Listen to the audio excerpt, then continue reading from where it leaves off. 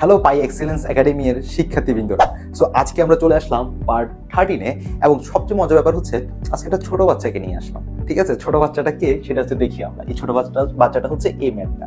ঠিক আছে, সো এই ম্যাথটা কিন্তু আমরা সবাই কিন্তু খুব ইজিলি কিন্তু আমরা এটা পারি, এটা আমি দিয়ে দিয়েছি। বাট ইয়েস, আমরা একটু দেখি এটা শর্টকাট আছে কিনা। ওকে, ইয়েস, অবশ্যই আমাদের জন্য এটা আজকে সহজ।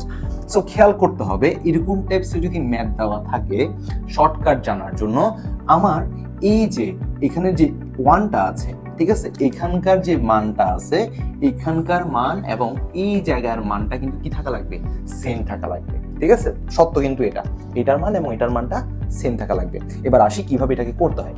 সো প্রথমত খুবই সিম্পল যেটা দেওয়া আছে সেটা যে এ আছে, এর সহগ কত সেটা একটু দেখতে হবে আমাকে।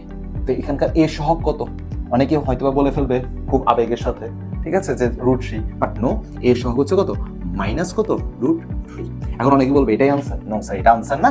আমাদেরকে এই জিনিসটাই মাথায় রাখা লাগবে, আমাদের এই যে এর সাথে যে সহগটা থাকবে এটার যোগাত্মক বিপরীত সংখ্যা নিতে হবে। সো লিখে ফেলতে পারো পাশে দিয়ে যে এর সহগের যোগাত্মক বিপরীত সংখ্যা বা বিপরীত রাশি, বিপরীত সংখ্যা বা রাশি বা যেটাই বলবো কোনো সমস্যা নেই। সো খেয়াল করো তো -√3 এটা যোগাত্মক কি হবে, এটার যোগাত্মক অবশ্যই আমরা বুঝতে পারতেছি কত, √3। লুক এট দ্যাট, এটা হচ্ছে আমাদের আনসার। সো ছোট বাচ্চাকে আশা করি তোমরা বুঝতে পারছো। Thank you so much.